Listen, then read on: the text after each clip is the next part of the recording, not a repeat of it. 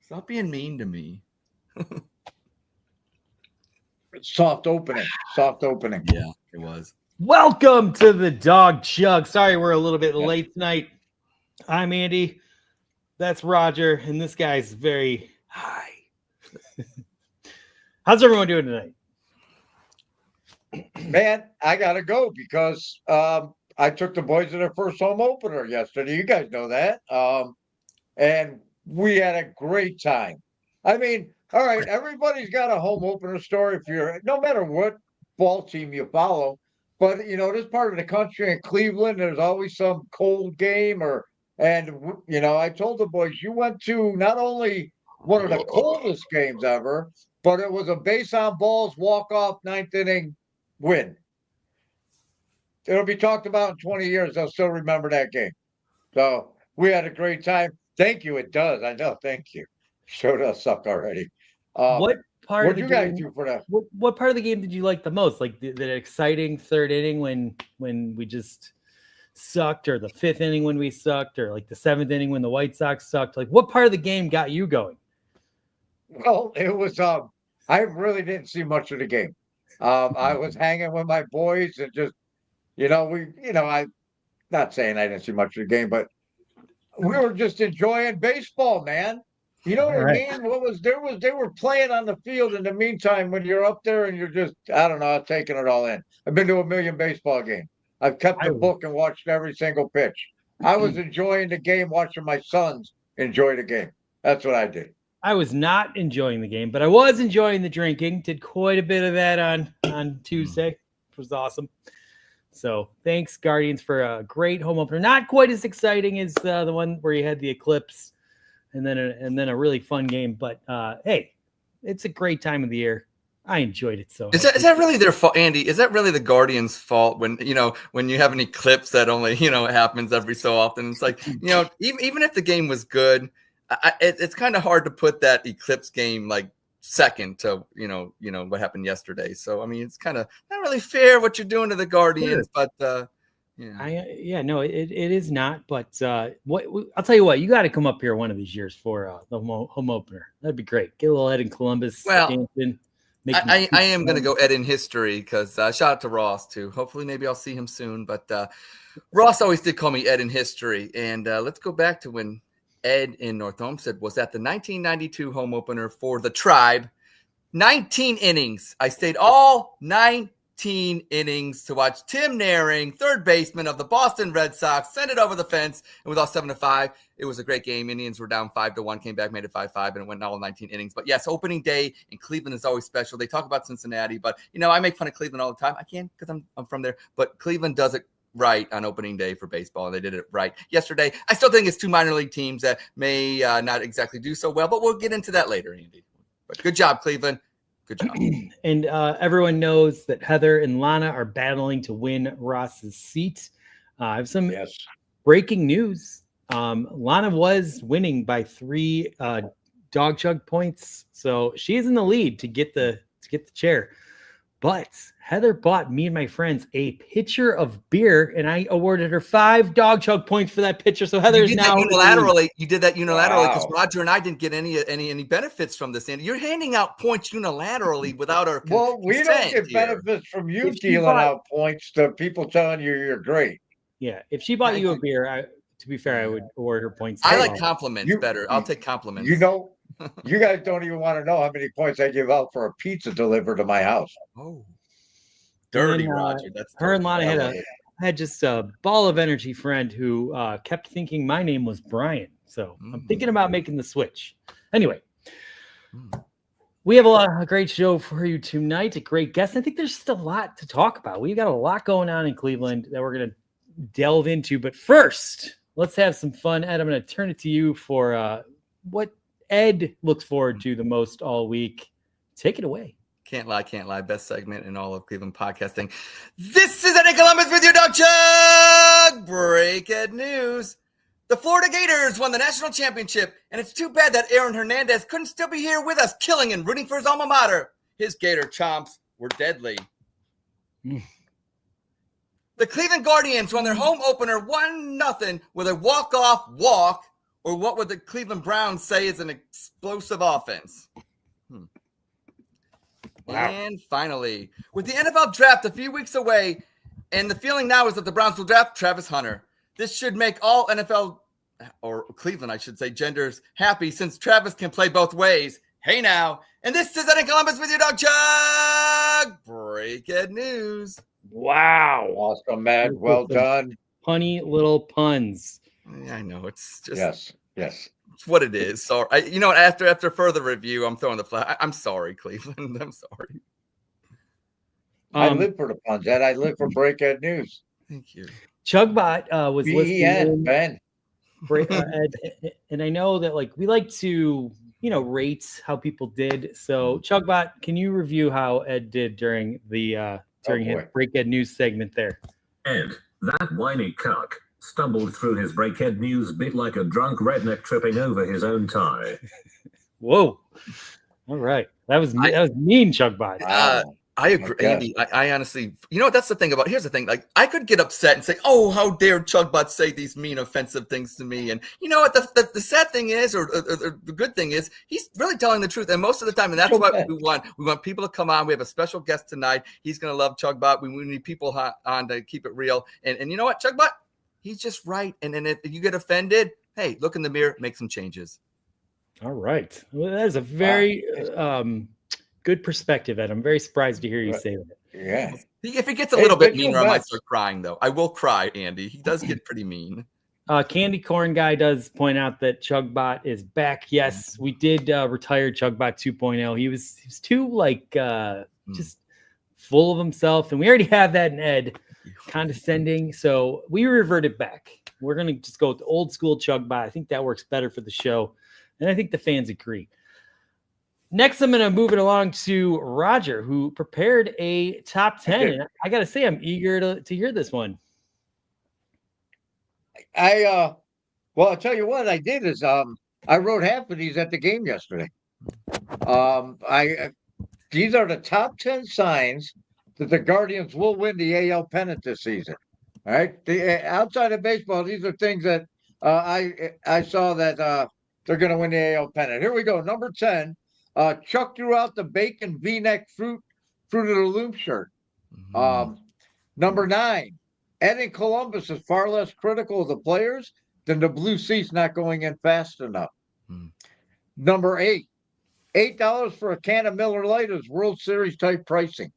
When you start charging $8 for a Miller Lite, you better be going to the World Series.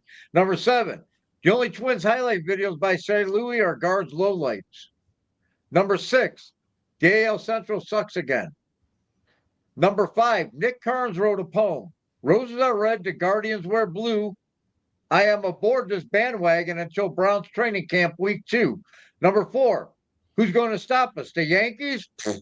Number 3, the addition of spicy mustard to the hot dog race lineup 100% proves Larry Dolan's committed to winning. Number 2, they're not run by a bunch of fucking Nazis like the Browns. And the number 1 sign the Guardians will win the AL pennant this season, $8 for a Sugardale lips and asshole sandwich at the ballpark means there should be plenty of money to go around at the trade deadline. I'm Roger First in Cuyahoga Falls, and how can you not be romantic about baseball? Wow. Well done, Roger. You should go to more baseball games and write top 10s. It's a good look on you. Roger, what was that? Can you repeat that? I want to go to Progressive Field, and I want to order. What exactly am I ordering again? A lips? What exactly should I tell the Sugardale lips and hot dog? It's a hot dog. No, I know what it is, Roger. I know what it is, but can I get you lips and asshole sandwich? That's what I want. I want a lips and asshole sandwich. Yeah. Sugardale lips and asshole sandwich. Yes, that's what I want. All right. Well, I have a special surprise. I also prepared a top 10. Because we can't just have Roger doing it every week. So I'm going to give you, some people complained that, the quality of the win, winning in the bottom of the ninth in a walk-off walk. You fucks can't be satisfied. So I wanted to prepare 10 ways that would be even worse ways to win than that. So here you go. Number 10, someone mistakes the White Sox team bus for a Tesla, tags it with swastikas, and an offended dude plows into it, killing half of their shitty roster, forcing a forfeit. Number 9, the White Sox pitcher chugs tit juice on video the night before. Shits his pants so bad in the locker room that they have to shut it down. And again, this White Sox are forced to forfeit. Number 8, the White Sox tune into Cleveland sports radio, hear endless Browns draft talk, and kill themselves en masse once again, forcing a forfeit. Number 6, did you guys see Lana on the news, by the way? Yeah, I did, yeah. White Sox players spot Lana on the news in her dumb White Sox gear that she was wearing, and they realize their fans are so short and meh that they all quit in shame, and forcing a forfeit. Guardians win. There's gonna be Number 6, Guardians win with a walk-off walk, but in the 19th inning, forcing us to endure 3 more hours of whatever the fuck that was. Number 5, Guardians win in the 9th, but for the entire game, they pipe in 3 hours of Mac the Buffalo, droning on about why the Browns have to draft Shedeur Sanders. That would not be fun. He's not wrong. Number 4, after introducing spicy mustard, if you guys were at the game, you got to see the newest. We saw it in Columbus too. We saw that Nice. on TV. It was a big moment. Yeah. The Guardians unveil another hot dog mascot named D. Haslam's Reich Dog, a Nazi hot dog blasting urban tans on Chicago's South Side. The White Sox snowflakes get so offended they forfeit, handing Cleveland the win. Number 3, Roger, who's at the game, jaws at one of the White Sox outfielders for a Cuyahoga Falls street fight, and the guy laughs at Roger's flabby physique. He laughs so hard that he chokes and dies, and they call the game, and Cleveland wins. Number 2, Paul Dolan spends big like Jimmy Haslam, but he hires overpriced rapists, as shitty as the team already was. And we win in the 9th, except we hate all of the players, making it worse. And finally, the number 1 reason, the umps watch the Dawg Chug, and they decide to make the game last as long as it takes for Andy to close the show. So it goes 2 hours past sundown. We get the same win, but it's like 20 degrees colder, which would suck. So there you have it. I'm Andy second, and there you have it. Or whatever the fuck you say.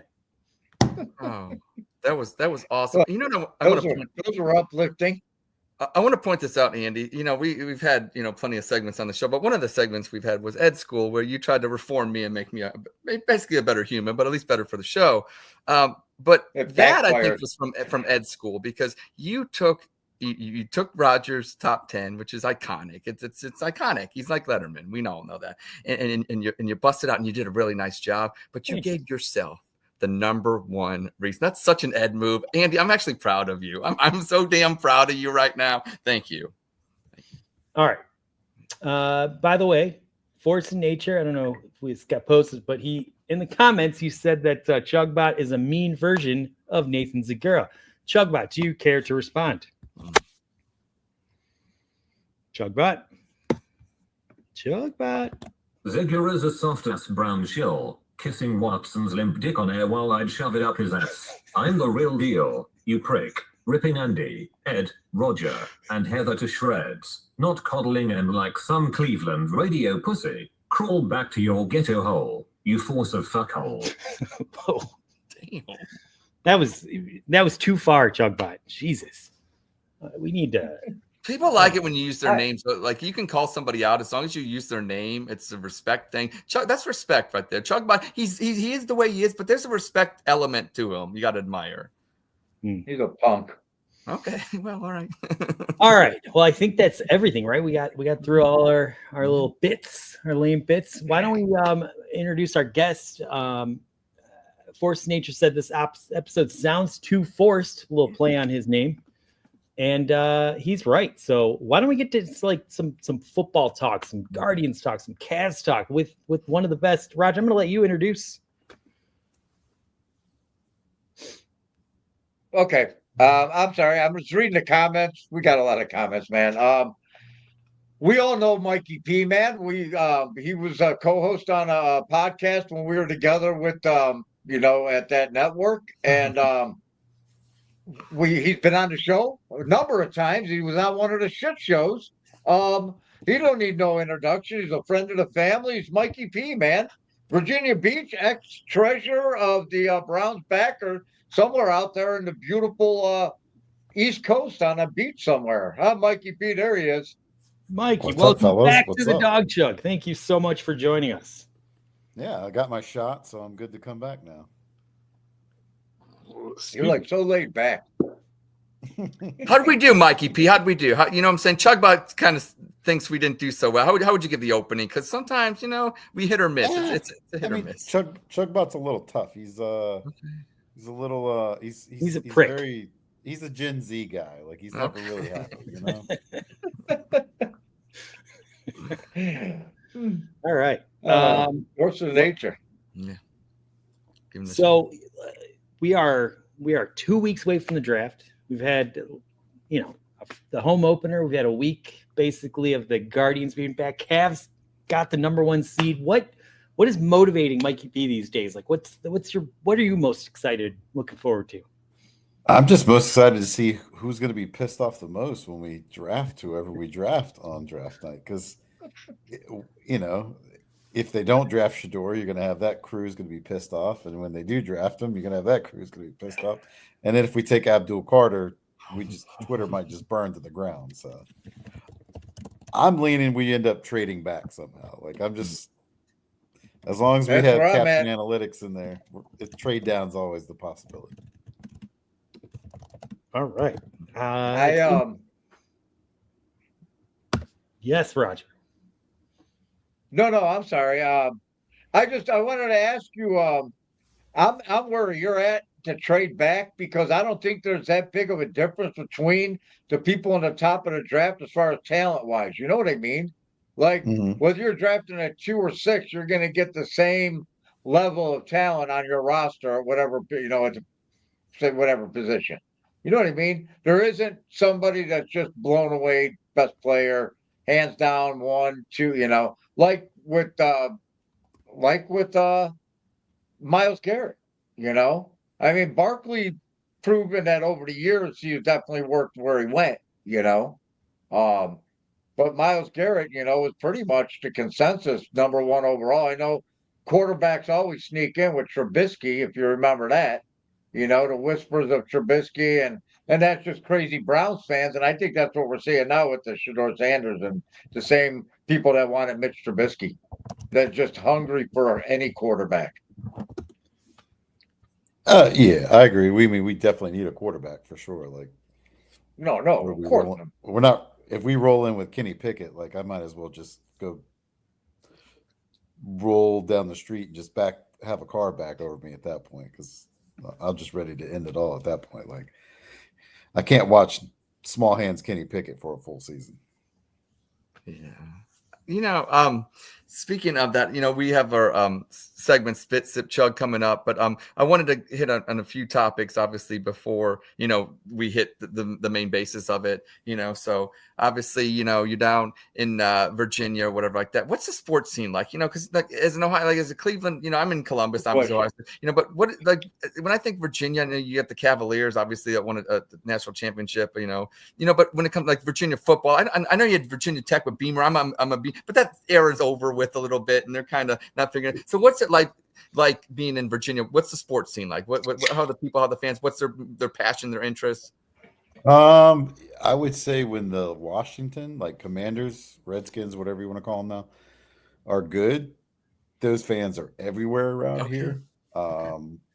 When the team was pretty bad, like you didn't see a lot of Commanders gear, but right now, like after this last year, like you just see Commanders gear everywhere. And there's a lot of NFC East fans around here. Like you see Eagles, Giants, Cowboys, Redskins, ton of Eagles fans around here too as well. And unfortunately, it's Virginia, so there's a lot of Steelers fans here too. A lot of you're in between there. You're in the heart of it all, right? You got military town Ravens too, fans, you got Philadelphia fans, right? They're all over. They're all around you. They got to be. And then you got Baltimore Orioles and the Nationals, you know, going right now. So yeah, and that's a hot spot there in Virginia. And we got a AAA team that's right up the street here, so they're the Orioles affiliate. So Okay, we got a lot of Orioles fans that feed into that. So we've seen like the Jackson Holiday. Oh, okay, yeah, they've got. And they just won the AAA championship like 2 years ago. I know their farm system's loaded, and they got some. It is loaded. And the Orioles got some decisions to make with some of their young stars. Do you extend them? What do you do with them? Do you trade them for even more prospects? Because they did it right when it comes to rebuilding that team. For sure. So, yeah. How many times you been to Camden Yards? That's still beautiful, right? It's just like Progressive Field. I always say Jacobs Field's still a gem. Camden Yards started at 92, built 2 years before obviously Jacobs Field was built. But Camden Yards was the one that ushered in the new ballparks that kind of took over in Major League Baseball, and it's still a gem. And you know what I'm saying. So how many times have you been there? And you know, I still remember the '97 World Series. Tony Fernandez hitting the home run, you know, winning it. So I've probably been there 10 times, all to see the Indians or Guardians play over the years. So. Typically, we've played them like a weekend series and try to sneak away and get down there for like a Saturday or Sunday game because it's an easy day trip. Like you can drive up and drive back, 3.5 hours, so it's not too bad. So how many Browns Ravens? Beautiful ballpark. How many Browns Ravens games you been to? One, and the one game I went to was the Phil Dawson Stanchion game. Oh, in 07. What was that? Yeah, 33-30. Yes. Yeah, it's the one game I've been to there. Nice. The best one. That's the best one you could possibly be at. I was at the Browns Commanders game last year in Washington, and that was a shit show. Jaden Daniels looked pretty good, and that's why I think a lot of Shador people are the way they are. They think that maybe at 2 you get him, and hey, there's some hope there. Because let's be real, when the Commanders drafted him at 2, did you think Jaden Daniels was going to turn out to be what he was going to be? No. I thought he would be good, but I didn't think he would take him to the playoffs. And I got a more important away from the Super Bowl. I got a more important question. Do you think Jaden Daniels is going to be just as good this season and moving forward as he was his freshman season? No, I think he'll take a step back. Like a CJ Stroud kind of did. Yeah. But didn't Houston make the playoffs? I think that's where he'll stay. I don't think these guys can adjust. I think DCs have a year to adjust to them. And once they make an adjustment, they just become maybe 3-4 year wonders because once they can't run anymore, they're no longer a threat. You know what I mean? Because they can't run play action. Once their legs are good, well, I mean, there's always an outlier like that, but I don't think you're going to see it's going to be another CJ. It's going to be like Stroud. See, he's attacking a Buckeye. Andy, I want to submit to evidence, Your Honor, that once again, he's got J.J. McCarthy. These Michigan fans think he's the next coming of Tom Brady. Hasn't even played yet. He's going to win the next Super Bowl, J.J. McCarthy. You're going to be like. C.J. Stroud still took him to the playoffs. C.J. Stroud had a down year compared to his rookie year, but he's going to be a great quarterback. Jaden Daniels will be a great quarterback. Roger wants the Browns to draft Will Howard, so I don't agree with you. Oh, yeah, there you go. Thanks, Andy. That's right. And what's becoming a rivalry, Force of Nature again returns serve to Chugbot, saying that he needs to be dropped off at a GameStop. Chugbot, do you care to respond, or are you going to let this feud die? I'd rather shove a used controller up your gaping redneck hole than let you pawn me off. Andy, you lush prick, tell this force of nothing to fuck off. Well, Force of Nature, I fuck off, I guess. Hey, Ethan's watching. He said nobody likes Virginia. Did you see that? Richmond, yeah. Yeah, he's in Virginia. Thanks for tuning in, Ethan and Force of Nature. We get shout out to the Commonwealth, not the Commonwealth of Virginia. Right, the Commonwealth. Stepping up tonight for Dawg Chug I've been to Virginia. I love Virginia, man. I love that whole area. I want to take my boys to Norfolk and see the battleships. There you go. The Wisconsin. Yeah.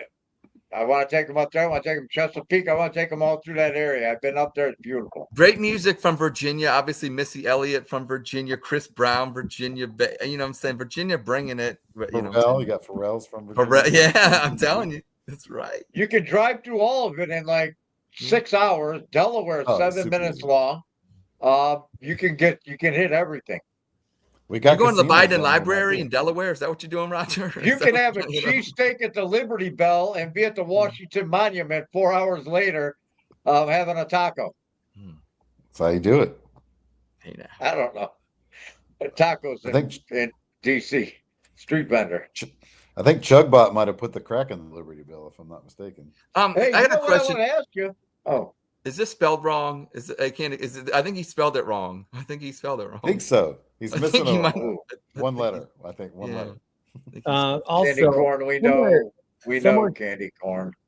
Candy corn. Oh, here it is. He wanted to know who Chugbot would take at 2, so I think it's only fair to ask Chugbot the question. So, Chugbot, who would you take at 2 for the Browns? Who'd I draft at 2? Shadur Sanders, you dumb prick.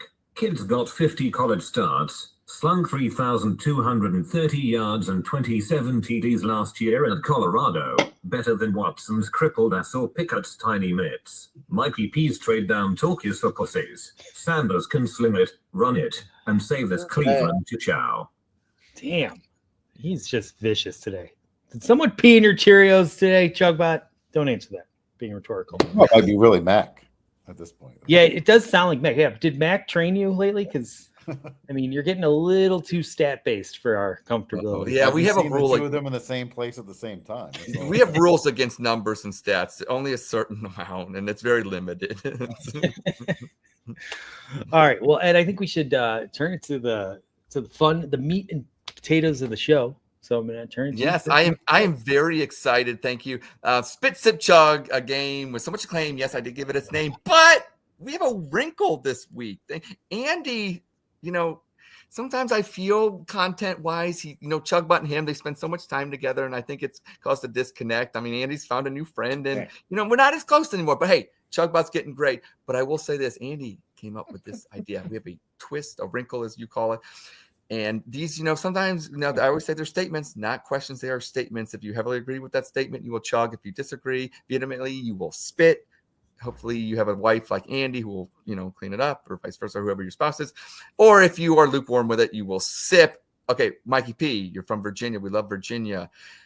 Is Roger allowed to sip tonight? Are we going to allow him to sip? It's up to you as a guest. You are the honored. You are a friend of show. As long as he purses his lips. As long as he purses his lips while he's sipping. That's okay. So a healthy sip. Healthy sips. Healthy sips. Okay. So we'll put that in play. But so here's the twist. Yeah, like I said, there are statements, not questions, but some of these might border on questions a little bit, and that's a good thing. And we'll start with you, Mikey P. If the Browns trade up to number 15 overall, and Sanders, Milroe, and Dart are all there, which QB are you chugging on, sipping on, and spitting on? I like the twist, Andy. Great job. I'm spitting on Milroe. Okay. I'm sipping on Dart, and I'm chugging on Sanders. Now, what do they have to do this for, Andy? Now they make a decision. What should we make them do? Chug? What is this a chug round? Is this a chug round? This one, I think you could just kind of do whatever you want. Oh, okay. All right. Do you want to expand on that at all, or is it just? Yeah, I mean, I think I'm so against Sanders that it means that we should take him. Oh, okay. And I actually like Dart, so it means that we shouldn't take him.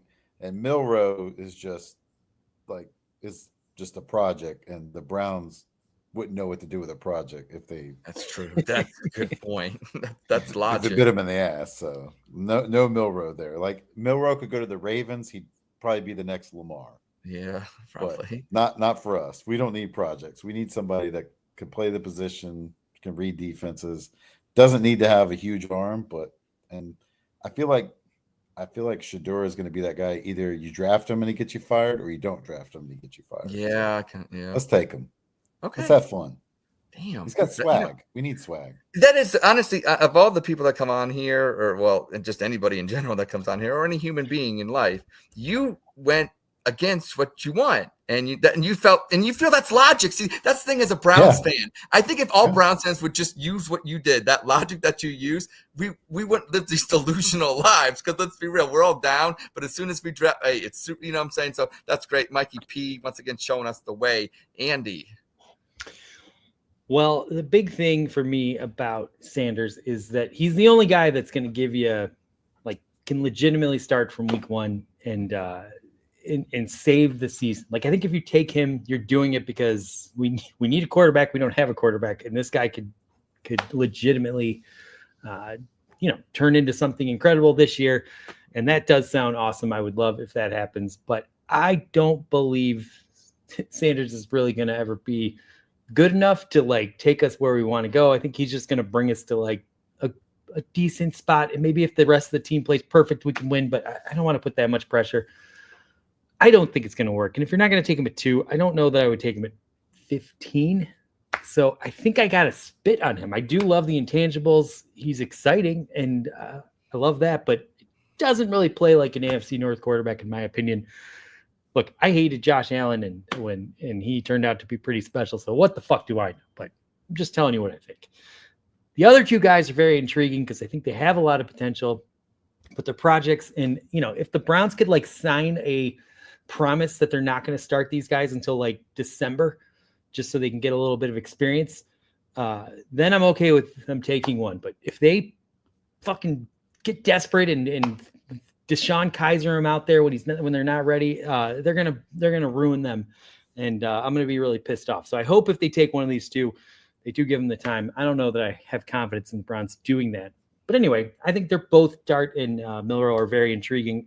What comes down to for me is the coaching staff. I think they want a quarterback to operate in a very specific way, and I don't see Milroe being that guy. So then I think you got to fire the coaching staff, bring in a new coaching staff, and that's just a lot to get through. So I think I'm going to go ahead and put Dart above Milroe. So I'm chugging on Dart, sipping on Milroe, and spitting on Sanders.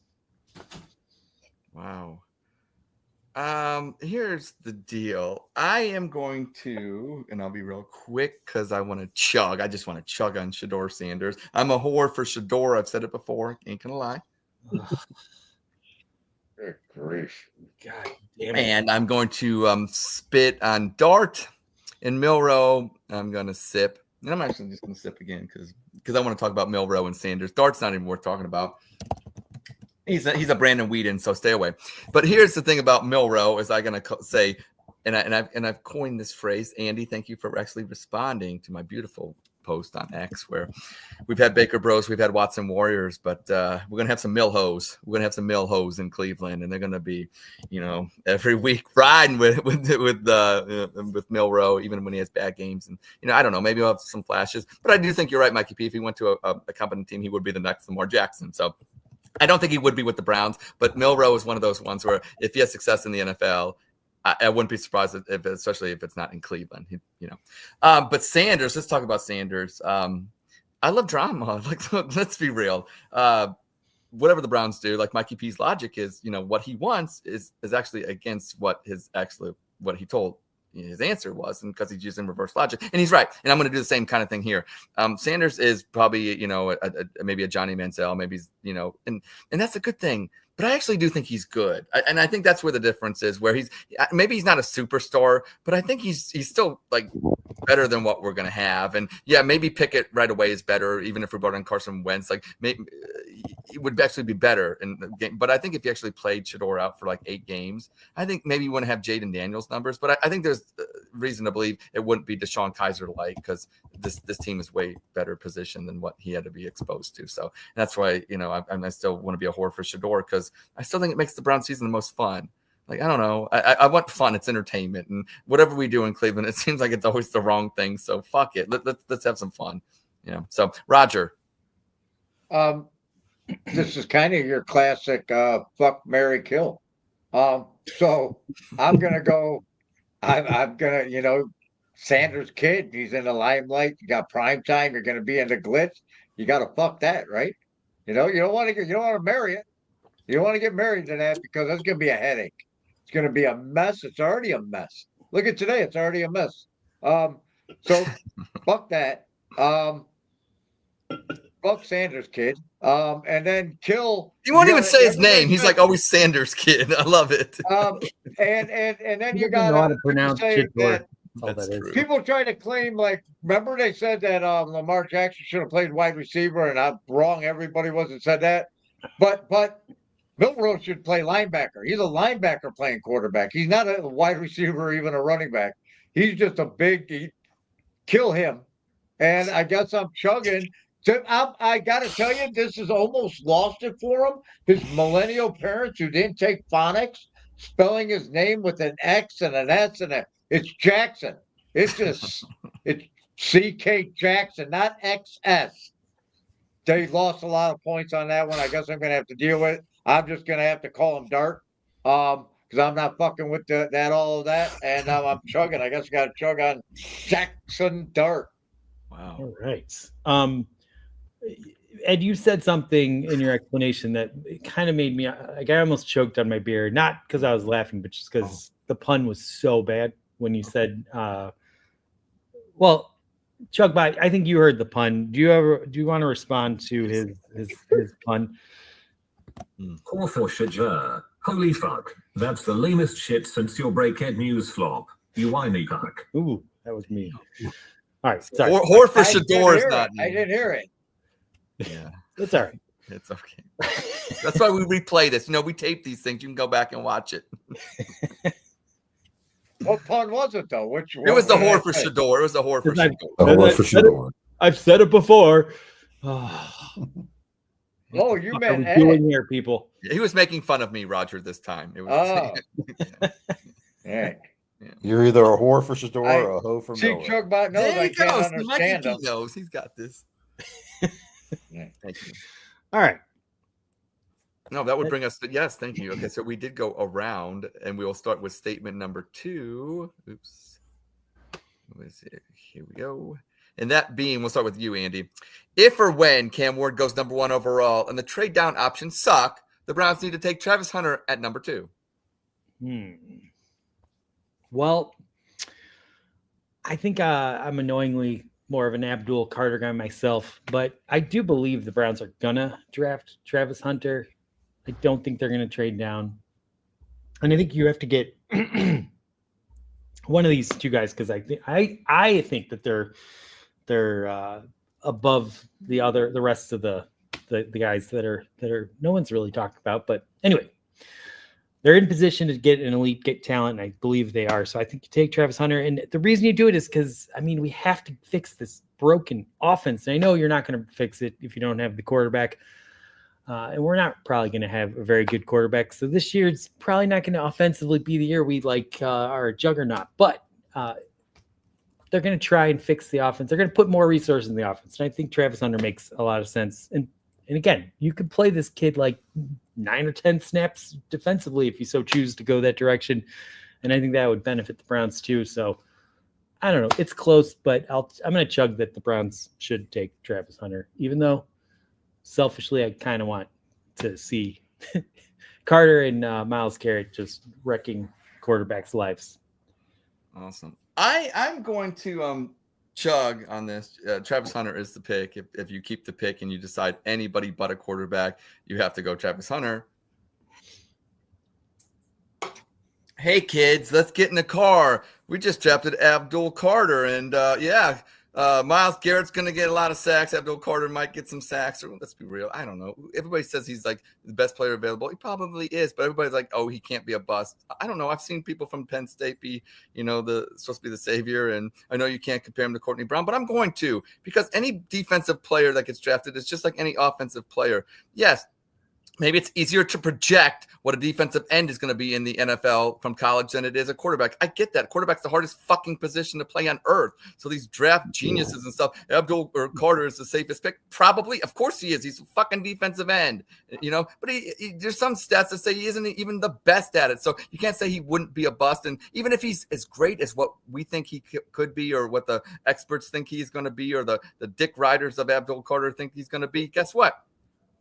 That doesn't really help the Browns. Like I said, get in the car, kids. We're going to go lose 10-6 today and be out in the cold, shitty-ass First Energy or Huntington Bank, whatever the hell name it is now, Mistake on the Lake, because that's what that stadium is. This stadium is a fucking mistake on the lake. It's horrible to go around. It's horrible logistically. It's horrible for a fucking lot of reasons, and the Haslam's ain't wrong. Fucking want to get off that shit. So I know I'm going in a lot of spaces and places right now, but you know what? Hey, I chugged, and that's what I wanted to do. Roger. Spitting. Cool. First of all, I think Hunter's Mr. Hunter's kid is part of the same hype train that Sanders' kid is, and the Dion primetime hype train out of Colorado. It just, man, they play in the Big 12. There's no this kid doesn't play both ways. I said this today on Twitter, I said, or what I've been saying it, that he doesn't play both ways in the Big Ten or the SEC. And somebody said, well, you play both ways at Mississippi State or some bullshit. I'm like, well, yeah, he played both ways at fucking Rutgers, too. But what I'm talking about at Ohio State, he's not playing both ways. At Alabama, he's not playing both ways. At the big schools, he doesn't play both ways. And what that tells me is that he couldn't play both ways, and he won't in the NFL. He weighs 180 pounds. He's 6 foot tall. He's not going to be the fastest guy on the field. You know, in the Big 12, he's the fastest, most elusive. It's going to be a whole different world. A whole different world. I think he's another product of the hype train. I think he's just going to be a guy. You know, half the people that I see analyzing him are the same ones that were getting Marvin Harrison Jr. fitted for a gold jacket last year. Where'd he end up his first year? Buried. He's just like I don't even know where he's not even in the top 25 wide receivers because they don't come in all of a sudden. And then what happens if you do take them? We have a Cincinnati Bengal situation where we got some prima donna wide receiver that wants more money, you know, and his rookie contract's not even up yet. You know, where Cincinnati's had to pay 2 wide receivers and a quarterback, and they got nobody to protect Joe Burrow. So what good does that fucking do you? They need to build in the trenches. We're not Shedeur Sanders away. We're not Travis Hunter away. And we're definitely not a defensive end away. The only right move is to trade the pick and get some more draft capital and start rebuilding this team, man. Or we're going to be 6-12 or whatever. 6 and do the math for me, Ed. 6-11. 11, yeah. Again or forever. I'm spitting on that. I'm drinking some beer because I'm not drunk enough yet. Mikey P. I'm going to spit on it too. I don't want Hunter at 2. If you're not going to take Sanders at 2, trade back. How would you feel with Abdul Carter if Abdul was the pick? How would you feel about that? I wouldn't mind him, but that fucking foot injury is what scares me. I hate anyone that's like they say it's minor, but it's a foot injury. We win twice as many divisions with him as we did Myles Garrett. That's all. 0. You know, another defensive end wins you nothing. 0. So yeah, Mikey's spitting. Okay, I'm sorry, Mikey. Yeah, I'm gonna spit on it because I don't think Hunter is the best wide receiver in this draft, and I don't think he's the best cornerback in this draft. I think he's a very good both of those, but I don't think he's elite at either one. Exactly, man. Exactly. Uh-oh. People are nuts, man. That's a good comment, Ilgauskas. Yeah, but a candy corn guy to Ilgauskas' defense. Yes, his first couple of years in the league had those foot problems, but obviously recovered and had a pretty great career for the Cavaliers. It just sucked that he got derailed early on, and that is a great comparison. If that turns out to be the case, it would be horrific for the Browns then, Mikey. So here's the thing. Okay, so obviously you don't like what in the Sanders. You don't want to go that route. You don't want to go Travis Hunter. So you feel more of a trade back. What do you think the Browns could get? And if that happens, what would make you happy from a trade perspective then? I mean, I think you could trade down. I think there's going to be other teams looking for quarterbacks. I think even though the Giants signed Russell Wilson, I think they still do like Shedeur. I think so too. They could trade up, guarantee him at number 2, and then that way, I mean, you're probably getting maybe another second. You probably get their second this year and maybe their first next year. Trading that, but it'd be interesting to see. Or even they trade like 6. They could go to 6 at that point. So if you're getting the Giants' first round pick next year, I would do cartwheels. I think that's the difference. Is like people are okay. I'm okay with Travis Hunter because I think he's different. But if to Mikey P's point with the trade, I like that value so much. I don't want Abdul Carter. I just don't. It's not nothing against Abdul Carter. He's going to be a great player in the league. I just don't feel like having the luxury when your house is flooding. You don't worry about buying a new chandelier. You fix the flood. You're last in offense. You're 32 ranked in offense. You got to fucking score points. And maybe you gamble with a quarterback, but I'm okay with going with Travis Hunter because guess what? He's a fucking offensive weapon. I'm so sick of this. It's not that we hate Abdul Carter. It just doesn't fit. Your house is on fire. You don't worry about, getting a new floor mat. Okay, like, and I just feel like that's what you're doing with Abdul Carter. It's nothing against Abdul Carter. Stop taking it so fucking personally. It's just the logic of it. You're wrong. You got to eventually address the offense. So I don't know. It just drives me crazy when I see all these people on X with Abdul Carter. It's nothing personal, and they take it so fucking personally. All right, Ed, you had your chance to expound. Oh man. Well, actually, it's Mikey P. Anything more with your sip? Otherwise, we'll be going to Andy. I mean, I'm gonna look at it this way. If you want an edge guy, there's a guy from Marshall that I like even more than Abdul Carter. Yeah. That's probably going to be there in the second round, and you snatch him up quick. There's a lot of good edge guys coming out of the draft this year. You need to score fucking points. Thank you. Accumulate picks, build your offense, keep it moving. Andy. We've actually gone around the horn on this. You know what? I knew you were going to. I just wanted to make sure, Krabby Pants, that we got to you. Pointing out, calm down. Did Chugbot have anything to say? No. Okay.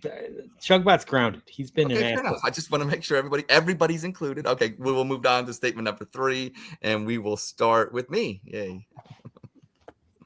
The Guardians' rough start will be a blip we will all forget about come July. I don't know. It kind of feels like a rough start, but once again, they won today. So I'm going to. It all comes down to Miguel Vargas. Okay. All right. Miguel Vargas. Okay. There you go. Like I said, I'm chugging because I think when it's all said and done, this little blip is going to be like on par with the rest of the AL Central. I think, it'll be a race to see who's just better than mediocre. And that's where we're at with that. So, Roger. Let me read this thing again.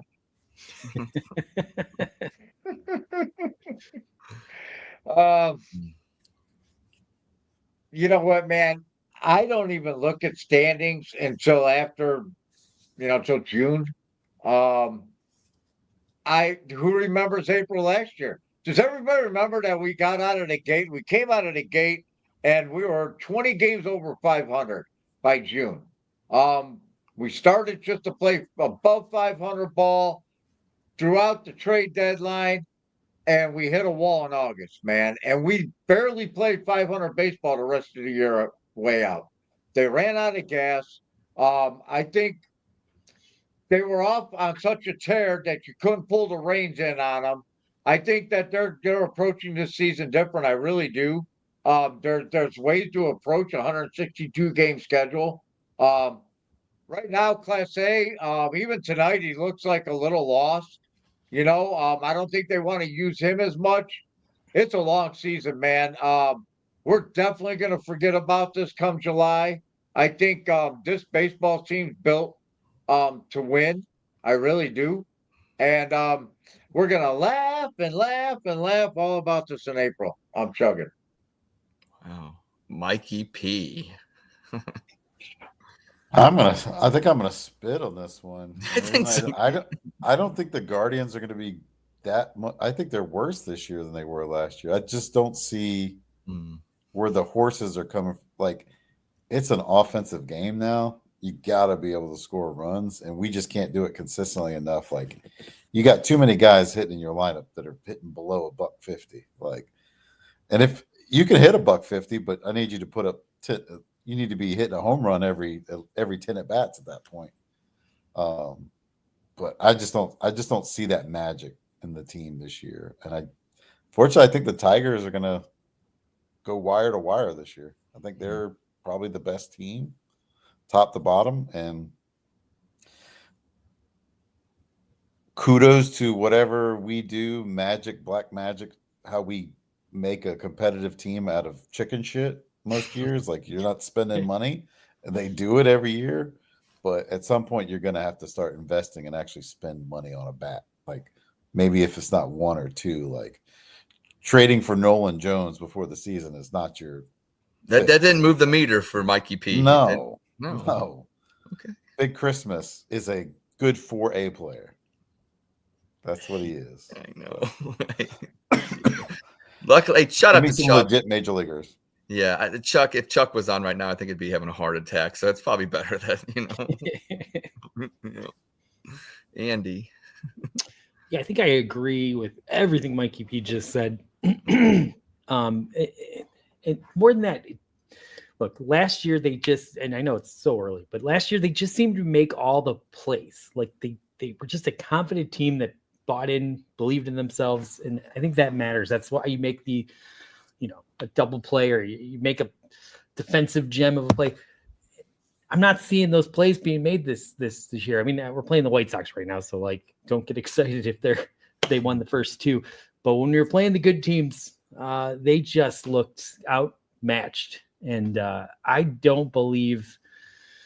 I think that's just a confidence thing, and for some reason, the locker rooms might not be there the way that it was last year. I mean, he had a new manager come in, and I think everyone kind of bought in. They had a hot start, and they just kind of carried the momentum until the pitching, just the lack of pitching caught up with them.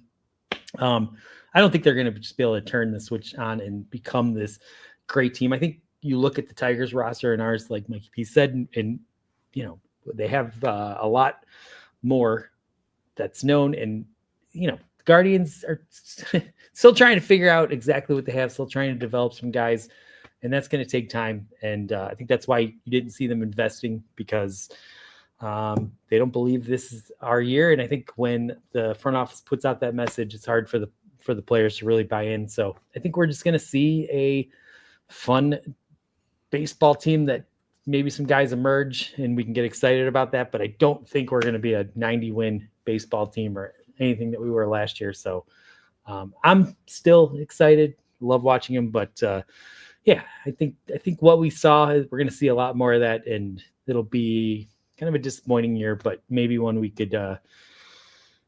can climb up a couple rungs of the ladder next year and take a step forward. So I am spitting.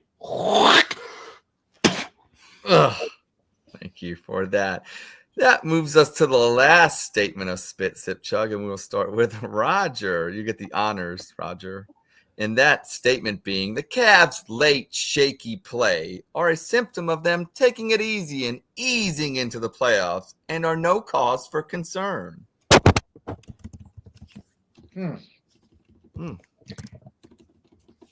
Oh boy. No, I don't think that's really a case. I think it's a long season.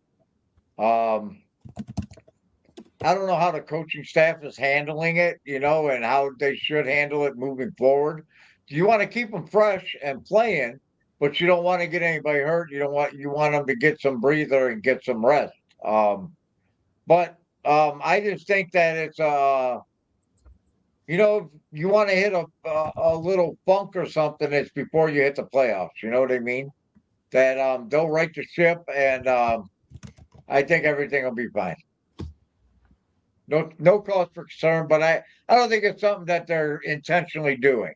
I think it's just like some sloppiness, some not really mind on the task because they're at where they're at in the regular season. You know what I mean? So, Right. Yeah, I'm not concerned. Mikey. I'll be concerned when we play Boston in the final. I mean, I've got, Mikey P.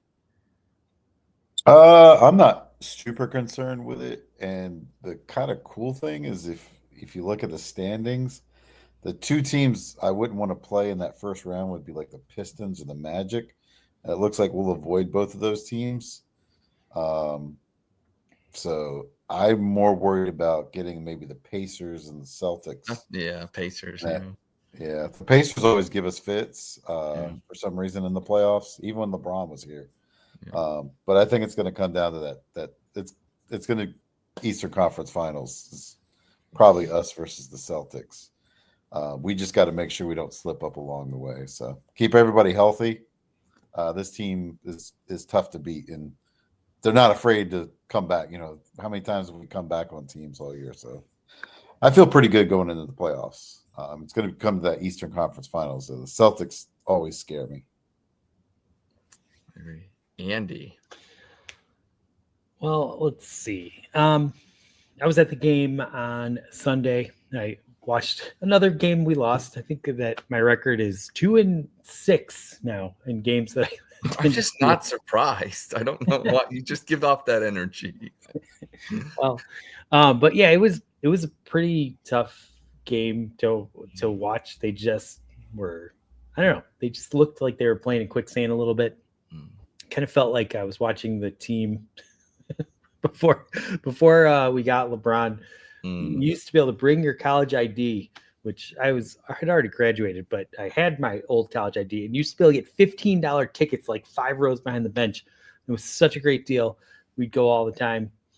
Across the street, beers were $1. Can you imagine? You went for the drinking, and then there happened to be basketball we had games. some great times, but the game wasn't the most exciting basketball, and that's kind of what it felt like on Sunday. Probably not that bad, but it reminded me of of that. And I'm not super concerned because they should be kind of shutting it down. We won the East. We were going to win the East, and we don't. What are we trying to prove now? But at the same time, I don't know. Like the last 2 games I saw Oklahoma City play, they were still playing pretty fucking fantastic basketball. They weren't winning by like 1 point against a shitty team. I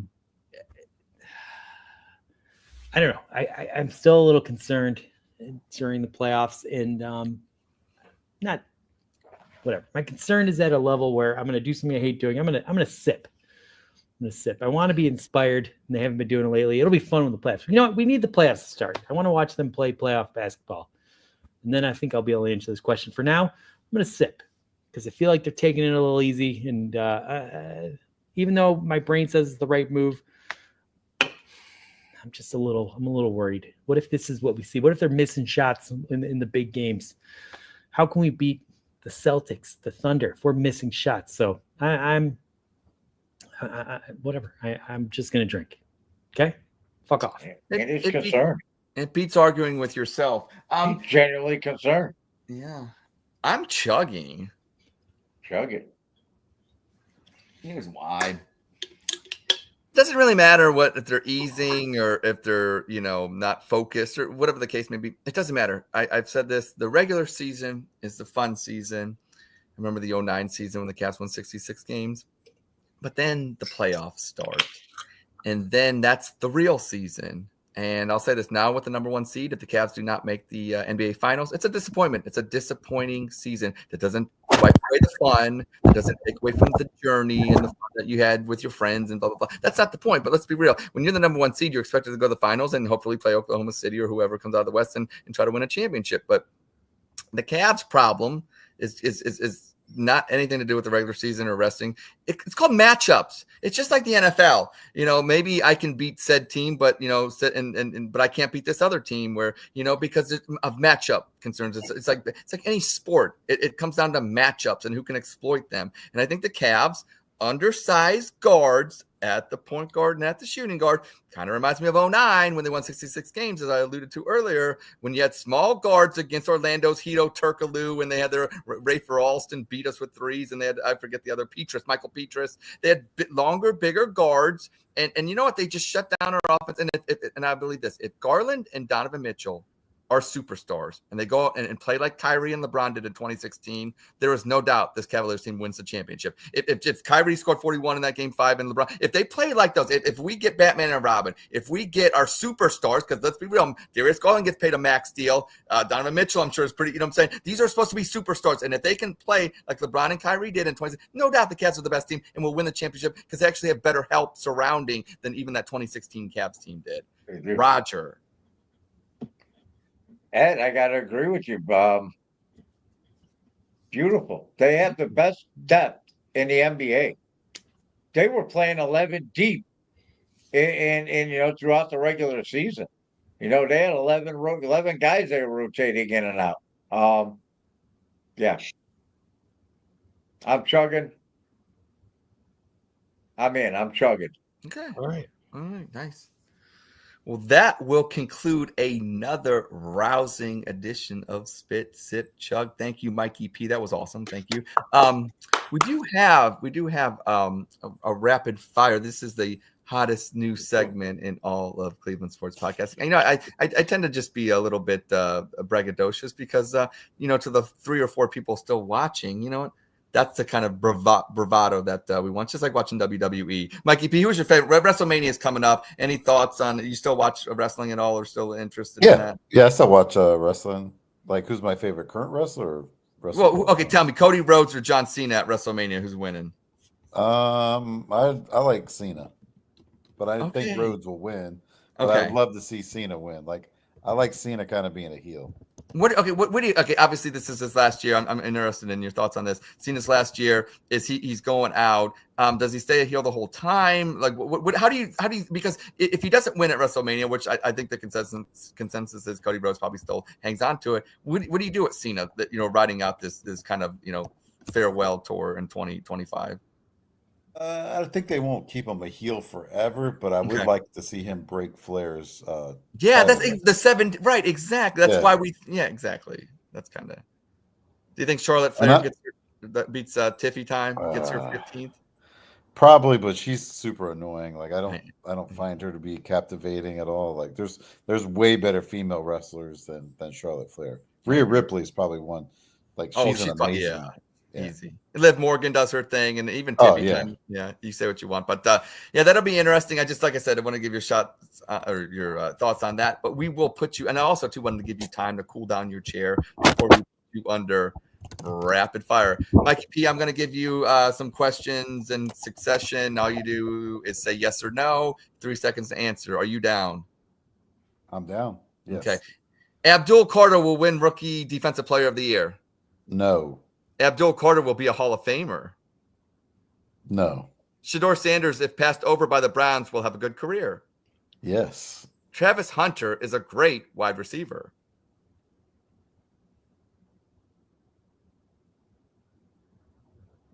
I'm going to say no on that one. Travis Hunter is a great cornerback. Yes. The Doherty party gonna be lit. Yes. Kevin Stefanski's overrated. Yes. Andrew Barry is a good GM. No. Jimmy Haslam will get his dome. Yes. Watson Warriors are more annoying than Baker Bros. Yes. Nick Chubb is a feel-good story, but he's probably washed. Yes. The Cavs are just a great regular season team. No. The Cavs will win the East. Yes. And finally, you have one quarterback to lead you on a game-winning drive or the world explodes. Who you got? Sanders, Dart, or Milroe? Sanders. And Mikey P, you are off rapid fire. Shout out to Elfman. Once again, this goes out to Elfman. I always forget, so shout out to Elfman, who had a perfect one. But you know what, Mikey P, that was perfect. Thank you, sir. Yes, Mikey P did perfect. Well done. Yes. Well done.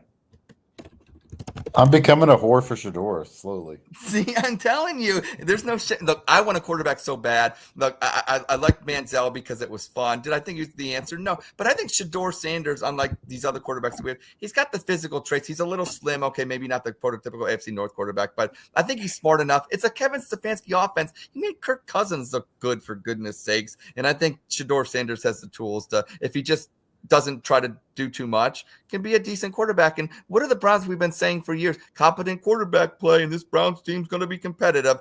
I think he gives us the best chance for long-term competitive quarterback play. Maybe not great, but still enough to build something around that, and at a cheap price because it'll be a rookie deal. I mean, we had fans talking themselves into Jameis Winston being.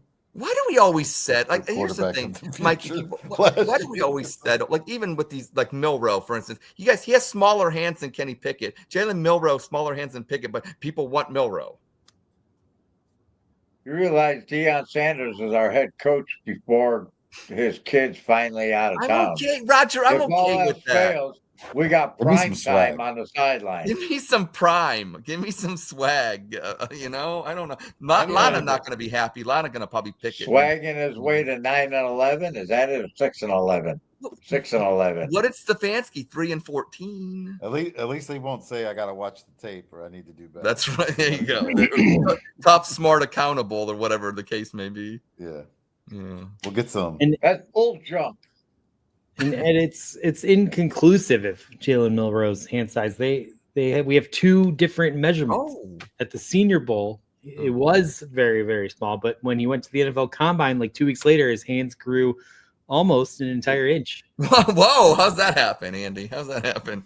They got Viagra for the hand or what? What's going on there? So I don't know. So Okay. it's a mystery.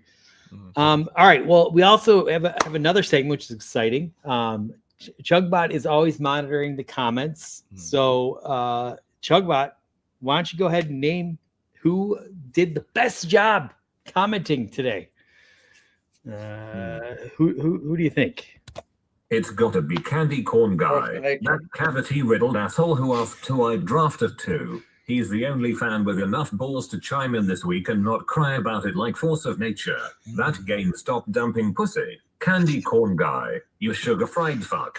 Chugbot's naming you Dawg Chug's top chugging fan of the week. You asked a real question while Mikey P simped for Cena and Edward for Shajar. Take a bow, you honky champ, and chug something harder than corn syrup, you prick. All right. Well done, Candy Corn Guy. I think it's his second win. It's great to have such great posters in our comments. Thank you to everyone. Why don't you acknowledge your friend here? Acknowledge him, Andy. He's your friend. All this draft talk has me changing my mind more than Trump on tariffs. Mike Crutchfeld, the Mike Crutchfeld. Yes, thank you. Nice. Thank you, Mike. We were hanging out at the game yesterday. Had a great time. He told me not to get him another beverage because he was, feeling pretty good. So Did he mention my name at all, Andy? Did he no, it never came up. I went and got him like this 24-ounce strawberry lemonade, 12% alcohol, piece of shit. It was terrible, and he drank it because what's he gonna do? Is he gonna just decline? Can't decline. Andy, how much was that drink? Just curious. Like $15. You know he's declining $15 drink. Nobody's I declining. literally bought him $15 just to fuck with him, but it was money well spent. Yeah. Excited for a lips and asshole sandwich when the next time. Oh, I know. Jeez. Yeah. All right, Mike P, do you have anything else that you want to talk about? Say, plug, get out there. Nothing going on. Nothing to plug.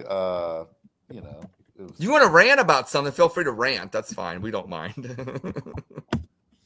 I want to rant because I actually agree with Roger's take on trading back and drafting that big fucking defensive tackle from Michigan. Oh no. We cannot. No, this Michigan thing again. No, it's he's a good player. He's a good player. It's Gerard Warren. It's the Gerard Warren thing. Once again, it doesn't help you. The defensive line addressing it. If I didn't want Abdul Carter, I don't think Mason Graham, who I think is going to be a solid player in the league for 12 to 15. Roger, I'm giving accolades to a Michigan player. We don't need the defensive line at number 2. Or trading back and taking him at a 6 or 7. You can't take a top 10 defensive tackle. It's too rich for us right now. It's too rich. Here, I was really in love with Mike Sanders still, and he was pretty damn. There's some good players. There's some good players. I like them all. Do you think, Mikey, that anyone on Brown's Twitter needs to be called out right now for being like especially annoying? There's God. There's too many to name. Is there anyone you want to especially point out that just took it to a new level? Shenanigans has been pretty crazy lately. Yeah. Nice. He's talking about coming on and doing Dawg Chug, which would be fantastic. Really? Okay. Look forward to it. He's never shown his face, so we don't know what the guy even really looks like. I said wear a mask, or I don't think he wants. It's like those 60-minute interviews where he's in the dark and it shows the shadow and we'll blur it out, voice modulate him. Yeah. There's a couple people like that. Hey, the Browns suck, but live your life, get outside, have fun. If the Browns are determining how you live your life, then it might be time to stop following them. That's all I'm saying. I did that last year. I said, I'm not letting the Browns dictate my mood anymore. Nice. I'm owning that. So they win, great. They lose, they can own our Sundays, but they don't get to own our lives. That's right. I agree, and I appreciate that. Because Andy's there at the Muni lot getting drunk every Sunday. I mean, it's yeah. I give my Sundays to this pathetic, awful, miserable excuse for a football team. But the key is to develop a hatred for them. no, And you if have you done that. develop a deep enough hatred, it don't hurt no matter what, and you start to enjoy their failures. Roger, Lions, And Browns, it's and Super Bowl. Who are you glorious. rooting for? Who are you rooting for? All right, Roger. The Lions and the Browns are playing in the Super Bowl legitimately. Which team are you rooting for? Well, the Browns. See, I'm he a doesn't Browns hate fan. them. I don't sit and like plan games to watch if Detroit's on. If I catch it, I catch it. It's always been just a side piece. I've been a Browns fan all my life, man. I'm a Browns fan. Roger's a player. He's got side chicks and stuff. The Lions were always just because they were just as bad. You know what I mean? They were just as bad, so it didn't matter. It never mattered. And it was just like, oh, there's my other shitty team lost today. Hey, Thanksgiving's here. Let's watch Billy Sims get his head kicked in all fucking night. You know what I mean? Nobody cared. So it didn't matter that I was fans of both teams. Now that the Lions are good, which, man, they got their work cut out for them because Minnesota and even Chicago, that division's getting better. Green Bay, that division's getting better. So Detroit had a window this past season, I believe, that they blew by letting Jaden Daniels run all over the fucking place on them. You know, Matt Campbell's a big rah-rah fucking guy. And the defensive fucking, the head coaching genius. And they let a rookie run all over the fucking place on them. At home in Detroit. Honestly, Roger, it was like the Browns. The Lions pulled a Cleveland. They pulled just like those Bernie Literally. teams. They did. They pulled what they've been doing. I've been a fan of them since I was a little kid. You know what I mean? Just like the Browns, and they did what the Browns do. The Lions choke like the Browns do. They even when did what the Lions always fucking do and what the Browns always fucking do. And now that window's probably closed because Minnesota ain't no fucking joke. Chicago's much better. Yeah. And the Green Bay. So the Eagles aren't going away, by the way. The Eagles aren't going away. You know? Right. I've been enjoying my Barry Sanders fucking highlights. Yeah. I mean, think about it. The Eagles won a Super Bowl with pretty mid quarterback play. Well, that's what I think. Those are the Milrow people. That's the ones that want Milrow. They think he's Jalen Hurts. No, at least Hurts is somewhat accurate when he throws. I know. The ball. He's like Lamar, but I think they expect wins. But do you think Stefanski wants to run Baltimore's offense? Because that's what you're doing. And another question: if we draft Milrow, does he give up number 4 Watson? Because they're both number 4. What happens there? What happens there? That's a good question. Nobody's addressed it on X and all the Milrow hoes out there. Hey, Milrow hoes, if you're out there, what happens to the foes? What happened to the foes? Milhose. Milhose. He's 14. He's going to be 14. You were saying Milrow hose. No, well, I'm just fucking high are you now? I want to see what sticks, Andy. It's called. All right, look, Milhose is the winner. Okay? Get that Milrow hose shit out. It's too wordy. Thank you. Let's go Brandon Whedon episode 2 and draft that show kid from Louisville.